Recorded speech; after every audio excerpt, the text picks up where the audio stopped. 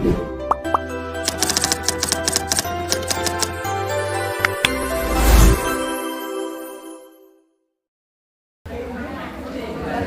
ibu-ibu izin bisa dimulai.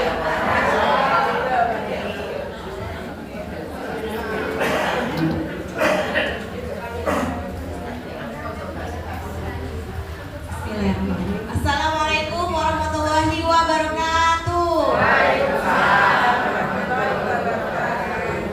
Syukur marilah kita panjatkan kehadirat Allah Subhanahu wa taala. Kami juga diberi kesehatan, kenikmatan berada di sini untuk berbagi ilmu.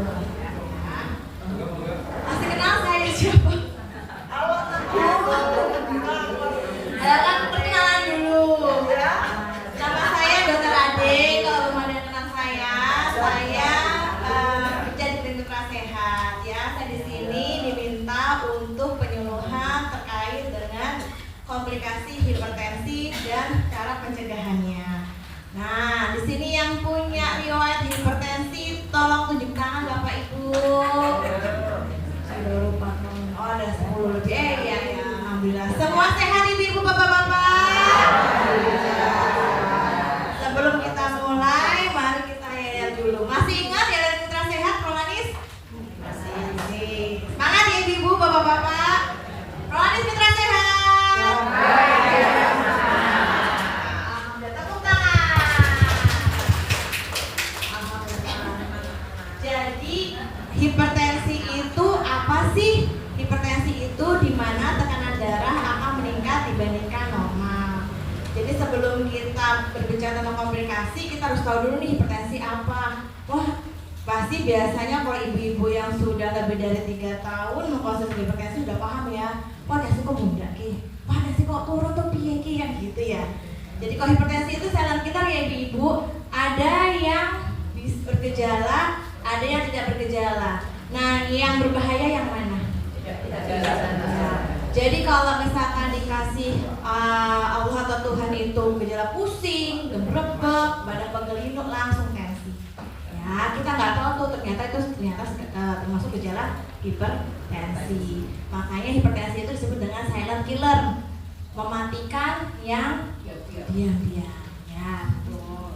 Nah, prevalensi hipertensi itu di Indonesia tuh tinggi. Paling tinggi di Indonesia dibandingkan diabetes itu paling tinggi hipertensi. Ya, kenapa? Kenapa dibandingkan diabetes lebih tinggi hipertensi? Gitu. Orang di Indonesia itu lebih suka makan manis apa makan gurih asin? Itu dia.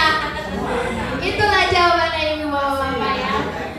Yang orang kebanyakan itu kalau misalkan yang suka makan manis itu cuma di daerah-daerah tertentu, tapi sebagian besar di Indonesia itu paling suka ada makanan gurih. Kalau gurih itu ada garam, gorengan ada garam, ada minyak jahat, otomatis tensinya nanti akan naik.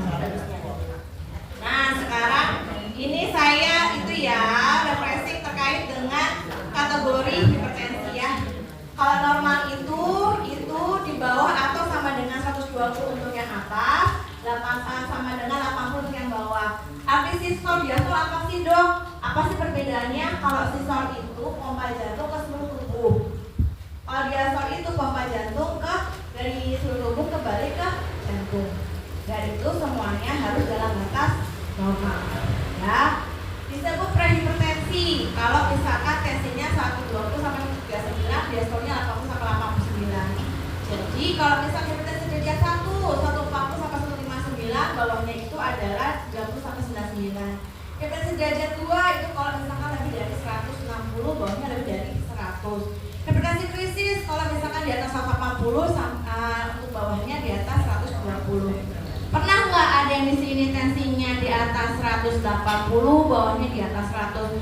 Bu, saya rujuk IGD yang IGD. Pak, gendut dokter. Saya mau pulang ke rumah aja. Nah ya, kalau misalkan seperti itu hati-hati ya. Jadi tolong nanti setiap yang orang tua, walaupun itu punya hipertensi atau tidak, itu paling nggak itu tensi seminggu sampai 2 minggu sekali ya. Walaupun ada atau tidak ada gejala. Dokter boleh nggak setiap hari? Nggak boleh. Stres, tensinya dilihat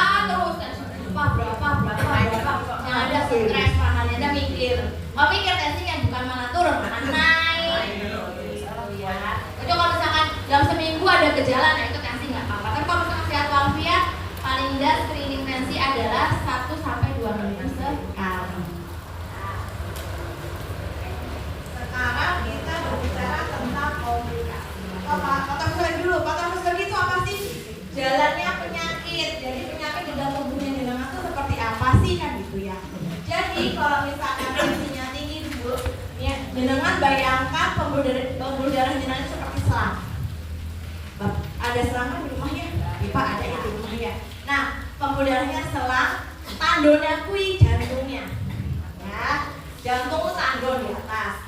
Selangnya itu pipanya, ya. Pembuluh darahnya itu adalah pipa atau selangnya tersebut. Nah, terus kerannya kui itu adalah tempatnya dia keluar pembuluh darah. Kebayang ya? Nah, kalau misalkan hipertensi itu kalau tekanan darah kita tinggi itu, bayangkan dari tandon tekanannya apa yang terjadi? Harusnya jalannya lancar, pelan, balik pelan, lancar nih, gak ada hambatan nih ya. Tapi kalau tiba-tiba brus gitu, apa yang terjadi? Rusak. Nih, kalau misalkan ibaratnya tuh, kalau misalkan apa ya Pak ya, pipanya itu gampang kropos ya Pak ya. Nah kayak gitulah tuh nanti kerusakan endotel. Ya, bisa terbayang ya. Kalau misalnya dia tekanan darah, wah berarti nanti selangku tuh pembuluh darahku nih gampang kropos nih. Itu selang itu atau pipa itu tuh namanya pembuluh darah tuh endotel. Nah endotel itu bisa jadi rusak karena tekanannya berlebihan. Bayang ibu-ibu? Bayang ya. Nah kalau misalkan endotel itunya rusak, kalau misalkan di pipa tuh serabut pipa ya tuh rusak, apa yang terjadi? Kan ada butiran ya. Nah itu namanya ateroma. Kalau di dalam pembuluh darah itu namanya ateroma, kayak serabut-serabut. Dia kalau menggumpal namanya endotel menggumpal jadi ateroma. Nah yang bahaya kalau misalkan gumpalan itu pure lepas dari pembuluh darah, bisa sumbatan. Tergantung berapa besar, kecil, ringan, sedang. Ya, kalau sumbatannya adanya di tangan kaki, geningan. Ya. Tapi kalau yang berbahaya kalau misalkan sumbatannya ada di otak, ginjal, dan jantung. Sampai situ kebayang ya? Ya.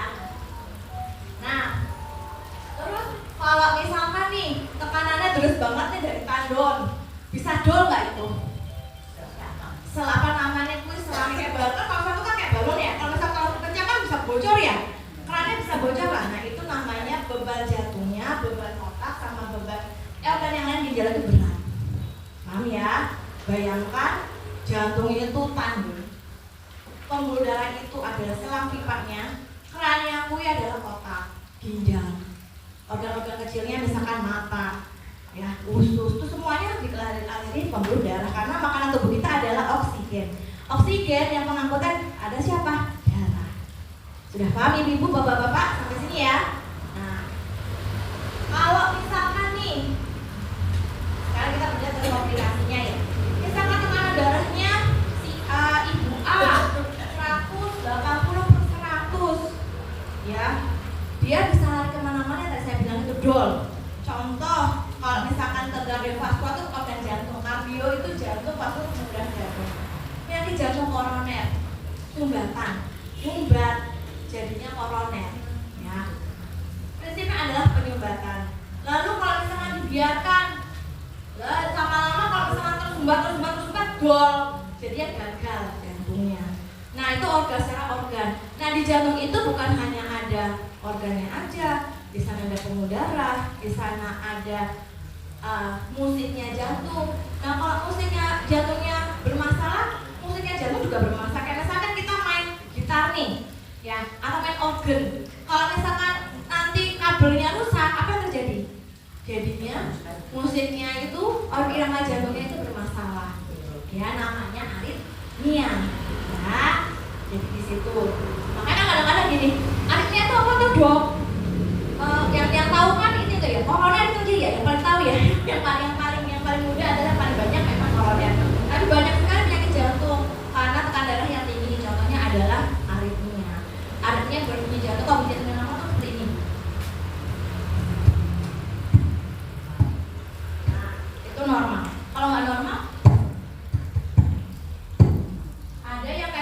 juga. Nah, itu nggak normal ya, gitu. Nah terus hipertrofi ventrikel kiri itu apa toh dok? Hipertrofi ventrikel kiri karena misalkan dia bebannya akan berat banget, makanya dia membendung. Kerannya itu membesar, jadinya apa? Besar jantungnya. Ya, karena beban jantungnya itu berat, jadi dia besar, melebar. Makanya hipertrofi. Hipertrofi itu pembesaran. Ventrikel kiri apa? Kerannya jantung. Gampangannya nggak ketahuan. Lalu kalau itu kan ke jantung, organ mana lagi yang bisa bermasalah? Otak. Namanya kalau misalnya di kedokteran cerebrovascular. Cerebro itu bahasa latinnya otak, vascular itu ada pembuluh darah. Ya, yang paling terkenal kalau misalnya hipertensi penyakitnya apa? Stroke. Ya, sumbatan di situ bisa mengakibatkan stroke. Nah, kalau misalkan nanti dia sumbatan yang nggak tertangani karena udah sumbatan awalnya, nggak open nih, terus pasnya tambah tinggi, bisa terjadi pendarahan, namanya stroke pendarahan. Jadi ada pasien yang tiba-tiba langsung datang dengan pendarahan, atau ada yang dia itu pelan-pelan sumbat dulu baru pendarahan. Nah biasa kalau sumbatan atau ada gejala, insya Allah sih nggak sampai pendarahan ya, karena kan langsung tertangani kan gitu ya. Lalu apalagi nih? Kalau stroke iskemik itu adalah stroke penyumbatan. Kalau stroke hemoragik itu adalah stroke pendarahan, dia pembuluh darahnya bocor, terus di otak. Biasanya pasien langsung kehilangan kesadaran, biasanya tuh kayak gitu. Kalau misalkan stroke yang infark penyumbatan tuh melo, ya. Jadi perbedaannya adalah kalau stroke itu dia itu bukan sakit ya. Stroke itu gejalanya lemas, nggak punya doyo, diangkat susah, mau gerak susah, jadi bukan sakit, jadi nggak punya kekuatan atau lemah, itu namanya adalah stroke. Nah, terus ada lagi ada transient ischemic attack. Transient ischemic attack itu sebenarnya gejalanya adalah seperti stroke infark atau stroke penyumbatan, tapi dia belum ada penyumbatan, jadi tiba-tiba pelo nih susah digerakkan, tapi pada saat di di CT scan otaknya masih normal. Berarti itu sumbatannya di mana? Belum masuk ke bagian otak, tapi sumbatannya sudah ada di pembuluh darah menuju otak. Ya. Dan biasanya kalau misalkan transient ischemic attack dikasih cairan aja nanti 24 jam bisa sendiri udah bisa jalan. Jadi kalau misalkan stroke infark itu perlu ada gejala sisa. Perbedaannya gitu, ya. Terus kok bisa lagi ke ginjal dokter? Iya. Kenapa? Jadi kalau proses untuk tekanan darah itu butuh diturunkan itu dia butuh organ, 3 organ, 1 jantung, 1 otak, 1 ginjal. Jadi ini misalnya jangan habis bangun tidur, jangan kok jantungnya, nah dia akan menyalurkan sinyal ke saraf. Ini aku bangun tidur nih, ini tubuh si ibu A itu perlu oksigen. Makanya otak itu akan memberikan sinyal saraf ke otak, ke jantung, dan ke ginjal. Paham ya? Saya tidur, tiba-tiba saya bangun dari otak. Wah, ini si dokter Ade itu sudah bangun, dia perlu tenaga. Otak langsung memberi sinyal ke jantung saya sama ke ginjal saya untuk meningkatkan tekanan darah. Ya, tapi kan kalau misalnya kita tidur kan tekanan darah biasanya kan agak rendah dibandingkan pada saat kita aktivitas. Nah, kenapa ada jantung? Ya karena memang pusatnya ada di jantung. Terus ginjal itu fungsinya untuk apa? Ginjal itu dia punya hormon renin, jadi sifatnya hormonal. Hormonnya itu yang akan meningkatkan kontraksi kekuatan ke pembuluh darah. Ya, makanya kenapa kalau pasien-pasien gagal ginjal itu biasanya tekanan darahnya tinggi. Ya, kok dia dokter biasa nih pas saudara saya udah cuci darah kok tensinya tinggi terus itu. Karena dia sudah ada kerusakan di hormonnya. Padahal jantungnya bagus loh dok, EKG-nya bagus, USG-nya bagus, oksigennya bagus, tapi kok tekanan darahnya kok nggak mau turun? Ternyata ada masanya di ginjal, ya di situ. Terus nefropati itu kalau gagal ginjal kronis ya. Kalau nefropati hipertensi itu apa? Nefropati hipertensi itu kerusakan ginjalnya itu belum ada, tapi hormonnya udah mulai terganggu. Jadi beban ginjalnya berat karena hipertensinya tinggi. Kalau bisa gagal ginjal kronis ya memang organnya sudah bermasalah, organnya sudah rusak, ya. Bisa sekecil, ringan, atau menengah atau berat. Kalau misalkan ringan atau sedang itu belum cuci darah biasanya. Yang cuci darah kalau misalnya sudah. Nah, terus mata, kok mata bisa sih dok? Hipertensi ke bagian mata komplikasinya? Ya bisa, karena mata itu butuh pembuluh oksigen untuk kita melihat terang, gelap, kan? Ya, apa sih retinopati hipertensi? Jadi kalau misalkan mata itu butuh oksigen untuk makanannya mata, tiba-tiba tekanan darahnya tinggi, oksigennya nyampe nggak ke mata? Nggak nyampe, tekanannya tinggi. Jadi bayangkan ada saluran air, dia mau mengalirkan air itu bayangkan oksigen ke suatu tanaman bunga mawar. Nah, karena tekanan yang tinggi, dia akhirnya kesulitan untuk menyalurkan oksigen. Nah, karena kan salurannya sama, mau lebar susah, nggak bisa lebar, tetap sama. Otomatis tekanan tinggi, otomatis airnya itu susah untuk cepat mengalir ke bunga tersebut. Bayangkan bunga itu adalah mawarnya. Jadi kalau oksigennya kurang, akhirnya saraf-saraf, woi, aku butuh oksigen nih, kok nggak dapet? Oh ternyata karena tensinya gitu. Itu disebut dengan retinopati. Retinopati itu retina itu saraf mata. Jadi gangguan saraf mata akibat oksigen kurang karena hipertensi. Gangguan penglihatan, contohnya katarak, yang gampang ya, katarak. Nah, kenapa sih katarak? Karena satu lagi lensa. Lensa itu butuh oksigen juga. Kalau misalkan oksigen yang kurang, lensanya akan mudah keruh, mudah kaku, ya gitu. Terus adalah kalau misalkan lama-lama kalau misalnya dibiarkan, apa yang terjadi? Retinanya bermasalah, akibatnya jadi lama-lama terjadi kebutaan. Tapi itu biasanya nggak lama, nggak cepat. Yang biasa cepat itu yaitu silent killer, serangan jantung sama stroke, itu silent killer, ya. Kalau yang lainnya, contohnya aneurisma aorta. Aneurisma aorta itu apa sih? Itu biasanya terjadi karena aorta itu ada di pembuluh darah kecil dekat jantung. Itu kalau misalnya itu biasanya pasca operasi. Tapi bisa juga kalau misalkan hipertensinya itu dia tinggi banget, di atas 200, dia bisa pecah pembuluh darahnya. Aorta itu seperti balon, Bu. Balon tuh kalau misalkan digejot terus pakai tekanan dor. Aorta seperti itu, ya. Terus peripheral arterial disease (PAD) itu apa tuh dokter? PAD itu contohnya adalah, dokter, kaki saya bengkak, biru, agak kemerahan, tapi nggak sakit, ya. Jadi kulitnya itu tuh nggak kenyal, kulitnya tuh kayak keriput-keriput kayak gitu. Itu biasanya karena tensinya, hipertensi tinggi, jadi dia mengakibatkan gangguan oksigen ke biasanya tungkak ya, kaki ya, kaki ya kena. Nah, dia mau balik susah, mau turun susah. Nah, kalau misalkan kelamaan di kaki pembuluh darah itu, dia kan harus balik nih. Pembuluh darah yang ke seluruh tubuh itu dia membawa oksigen. Pembuluh darah balik dia membawa karbon dioksida, membawa zat racun yang harus diolah lagi. Tapi kalau misalkan kelamaan di situ nggak diolah, tempatnya kuman. Ya, kalau tempatnya kuman akan terjadilah penyakit PAD, peripheral arterial disease. Dia tidak sakit, tapi kalau dibiarkan lama-lama pasien akan demam. Pasien demam, tensi tinggi, bentukannya kakinya bengkak, agak keriput, warnanya merah kebiruan. Kakinya sakit dong? Enggak, tapi bengkak, gitu aja, ya.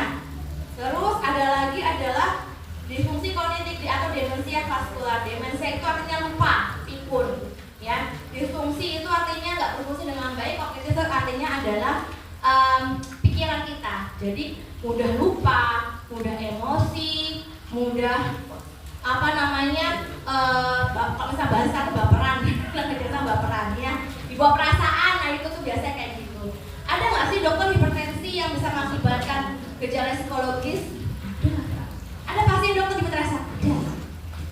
Jadi berbagai macam, kalau itu kan yang itu ya, yang minor, yang kecil ya. Tapi yang tadi saya katakan yang paling berbahaya adalah yang silent killer, yaitu stroke dan serangan jantung. Ya, itu yang paling berbahaya atau silent killer. Lalu setelah kita tahu nih komplikasinya, apa sih yang harus dilakukan? Pencegahan. Ya, kita harus melakukan pencegahan. Pencegahan ada yang primer, ada yang sekunder. Primer itu artinya apa? Modifikasi hidup, gaya hidup sehat. Saya selalu mengatakan, Bu, kalau misalkan tensinya tinggi, minum obat teratur ya? Enggak. Orang yang pertama terdiagnosa tensinya tinggi punya gejala hipertensi, nggak pernah dokter, tapi tensinya sangat tinggi ya. Apakah dokter langsung memberikan obat? Dilihat dulu tensinya. Kok tensinya masih di bawah 150, belum punya darah tinggi, apa diinstruksikan untuk dokter? Diedukasi oleh dokter gaya hidup. Jadi perubahan gaya hidup atau lifestyle-nya dirubah, gitu ya. Terus gimana caranya? Nah, kalau misalkan tensi tinggi itu kan prinsipnya kalau kita kebanyakan makan apa tadi? Garam, goreng-gorengan, nah itu dikurangi ya. Diet. Boleh makan sih nggak sih dok? Boleh. Kasian banget nggak boleh makan gorengan ya. Tapi dibatasi. Lah emang enak makan saya nggak pakai garam ya enak. Tapi dibatasi. Ya. Jadi kalau misalkan secara WHO itu kemarin itu tuh satu hari itu 1 sendok semua makanan. Ya, sedikit banget ya. Sedikit banget itu. Semua makanan loh Bu dari pagi sampai pagi lagi. Ya. Terus konsumsi buah dan sayur. Ya pintar-pintar ya, buah apa aja sih yang bisa banyak di pasar? Ya, melon, buah naga, semangka, nanas. Itu bisa semuanya ya. Sayuran Jepang, timun, seledri, itu bisa semuanya ya. Nah, udah diet, sudah konsumsi sayur buahnya sudah bagus, lalu aktivitas rutin. Saya selalu memberikan edukasi. Masih ingat nggak kalau saya katakan minimal berapa menit sih kita seminggu olahraga? 150. Ya, pintar. 150 menit per minggu ya. Dibuat kewajiban. Ya. Karena apa? Kenapa sih dok olahraga itu bisa membuat kita sehat? Karena olahraga itu memperlancar pembuluh darah, mengurangi hormon kortisol. Hormon kortisol adalah hormon stres fisik sama stres psikologis. Otomatis kalau kita berkurang stresnya, tensinya akan normal dengan sendirinya. Nah, terus berhenti merokok, batasi alkohol. Nanti kalau, nah, yang saya sayangkan tuh kalau misalkan ibu-ibu, bapak-bapak udah tua-tua kayak gini kan nggak pernah itu ya, nggak pernah merokok ya. Lingkungan sekitar, ya. Perokok pasif itu lebih berbahaya dibandingkan perokok aktif. Jadi nyuruh tolong nanti di keluarganya, Bu, ya kalau misalkan merokok di luar rumah, dok udah di depan rumah, gemes saya, tetap masuk asapnya, ya. Bu, kalau usahakan 100 sampai 200 meter dari rumah supaya asapnya pergi nanti kemana gitu. Kalau misalnya di depan rumah anginnya masuk, blok ya sama aja bohong. Tetap menghirup asap rokok. Nikotin sama tar itu sangat-sangat berbahaya ke pembuluh darah, terutama pembuluh jantung. Sama yang pencegahan prematur ada manajemen stres. Mau minum obat teratur, mau diet makanan, kalau stres hormon kortisol meningkat, endorfinnya turun, tensinya pasti akan naik. Nah, apa cegah sekundernya apa? Ya deteksi dini yang saya katakan 1 minggu sampai 2 minggu tidak ada gejala harus tensi. Ya, kalau memang punya riwayat hipertensi, obat tensinya diminum teratur. Dokter saya nggak mau minum obat, Bu sabar dulu. Nanti kalau misalkan tensinya sudah terkontrol pasti obatnya dikurangi. Nggak mungkin kalau misalkan tadinya tensinya 180, sekarang tensinya udah 120, obatnya tadinya 5 tetap 5 ya kan nggak mungkin gitu. Tapi kalau misalnya tiba-tiba di-cut atau tiba-tiba nggak diminum, takutnya yang tadi udah normal tensinya langsung melonjak naik. Nah pada saat pelonjakan tensi yang terlalu berlebihan itu tetap berbahaya karena terjadi pecah pembuluh darah. Ya.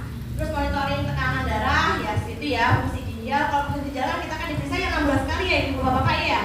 Kalau EKG itu palingan 6 bulan sampai 1 tahun sekali. Ya. Terus edukasi pasien dan keluarga selalu jadi orang yang hipertensi itu saya mengedukasi jenengan, tapi jenengan juga mengedukasi keluarga. Saya ini hipertensi, apa sih edukasi ke keluarga jenengan?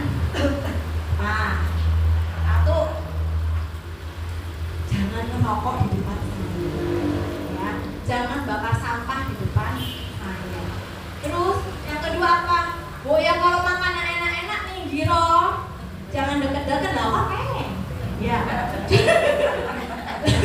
Wah, ada makanan gorengan banyak ibu, bu, begitu. Kan aku pengen ya, jangan gitu.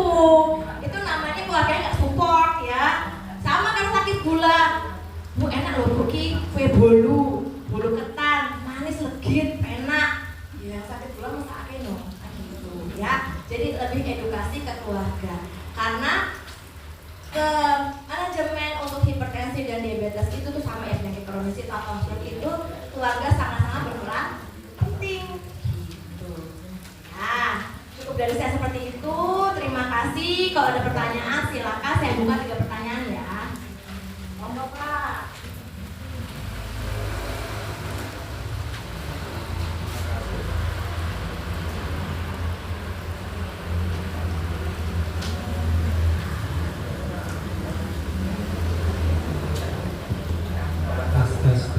Terima kasih.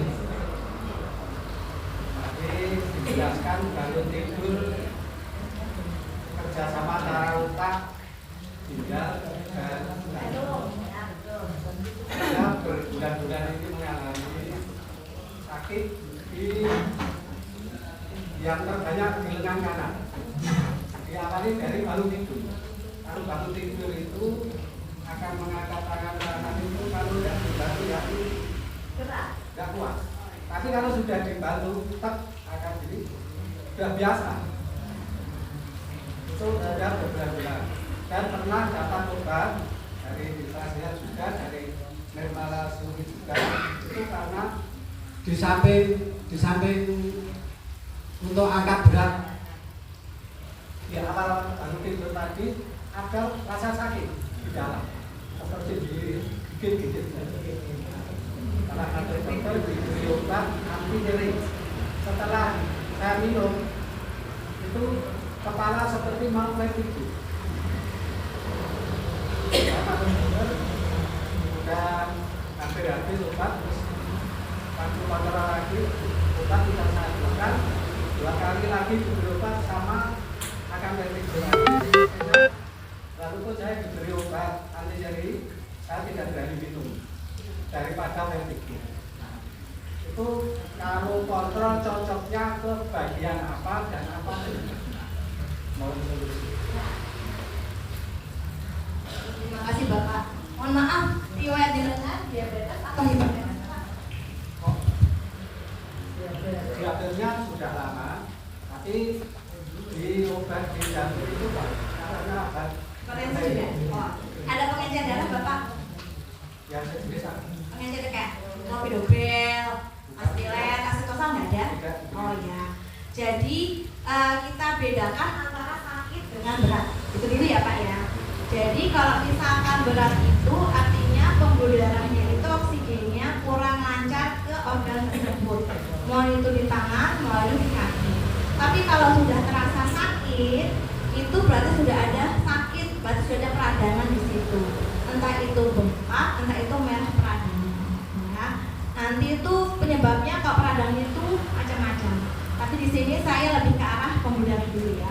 Jadi kalau misalkan kasus seperti jenengan pada saat bangun tidur terasa berat tangannya, hati-hati di situ oksigennya kurang Pak. Kalau oksigennya kurang berarti ada 2 masalah. Bisa penyumbatan ke pembuluh darah tersebut ke darah tangan, ya Pak ya, atau bisa pengentalan darah. Karena kalau misalkan diabetes itu kecenderungan darahnya dia akan mengental. Nah itu nanti konsultasinya dengan dokter dalam atau dokter jantung terkait dengan pengentalan darah. Perlu nggak diberikan obat pengencer darah? Dan dengan syarat ya Pak ya, tensinya dan gulanya harus normal. Ya. Jadi gitu, gejala awal kita itu kekurangan oksigen itu namanya kan penyumbatan itu dari yang mikro, minimal, ringan, sedang, berat. Pegel itu aja tuh pasti oksigen itu udah kurang. Ya, gitu. Terus terkait dengan obat yang tadi jenengan katakan, oh saya minum obat ini saya terjadi vertigo. Memang ada beberapa obat, ada efek samping obat. Ada setiap orang beda-beda terhadap kompensasi terhadap minum obat tersebut. Si A minum obat A nggak apa-apa, jenengan minum obat A vertigo. Nah itu jenengan catat Pak. Jadi di setiap tenaga kesehatan jenengan harus atur, dokter saya nggak bisa obat ini, kalau obat ini saya vertigo, berarti memang nggak cocok, atau alergi kalau bahasa awalnya. Jadi kalau nanya, dokter saya harus kemana? Ke dokter jantung untuk melihat pembuluh darahnya. Sudah cukup? Terima kasih. Ada lagi, 2 lagi?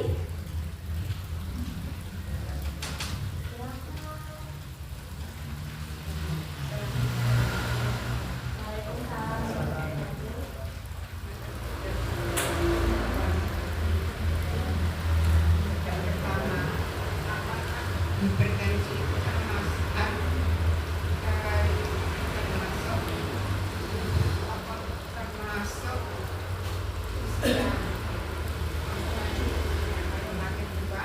bawaan.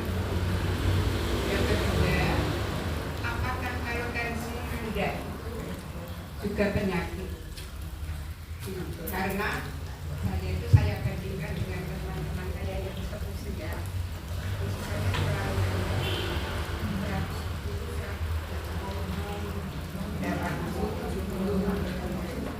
Apa itu juga termasuk penyakit? Yang ketiga, kalau tensi terlalu rendah, apa juga mempengaruhi organ lain? Makasih.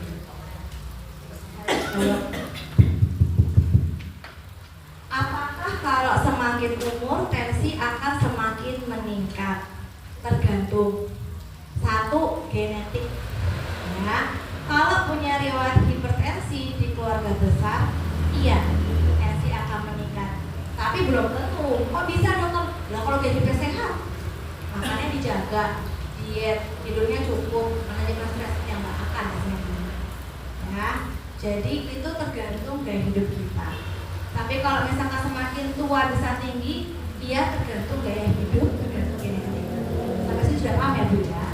Terus, apakah kalau misalkan hipotensi itu adalah penyakit kalau sudah mengakibatkan penurunan kesadaran?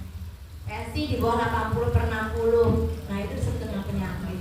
Namanya hipertensi sistolik. Nah itu memang nanti akan mengakibatkan oksigennya kurang, jadinya apa? Ya bisa organnya nggak dapat oksigen, hampir sama sebenarnya tensinya. Ya.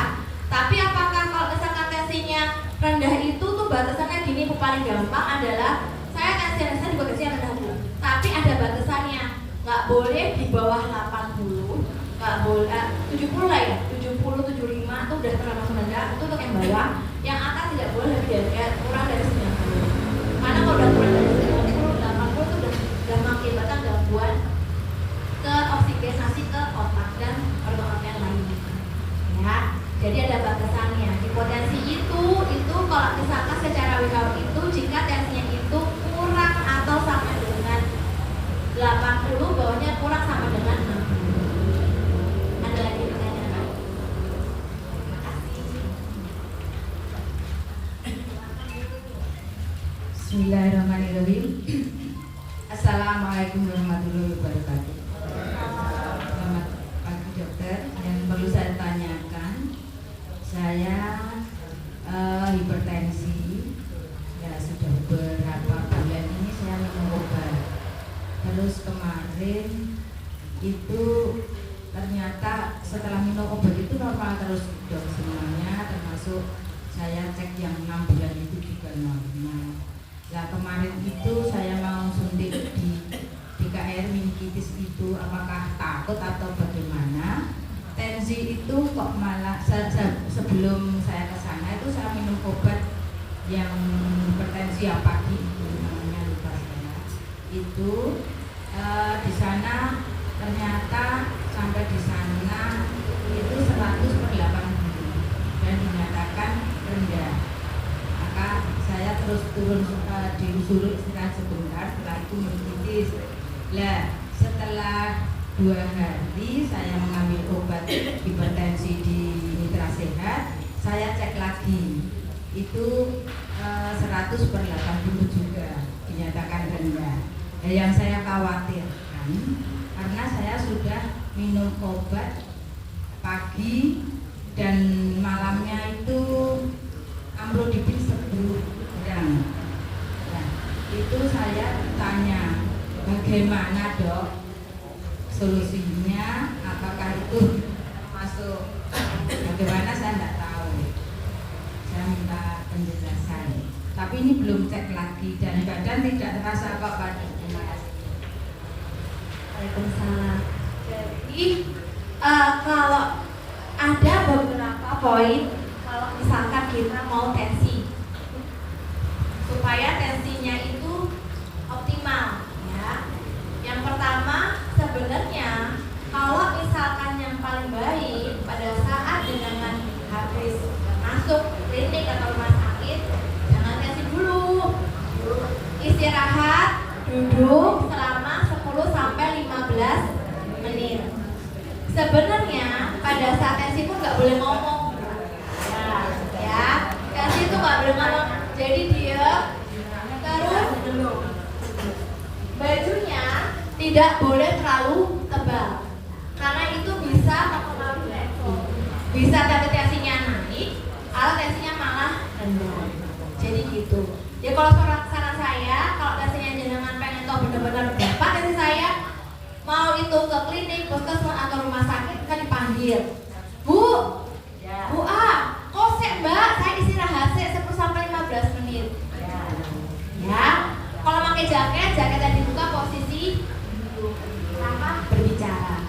Ya. Terus yang kedua terkait tensinya lagi, tensi digital atau tensi yang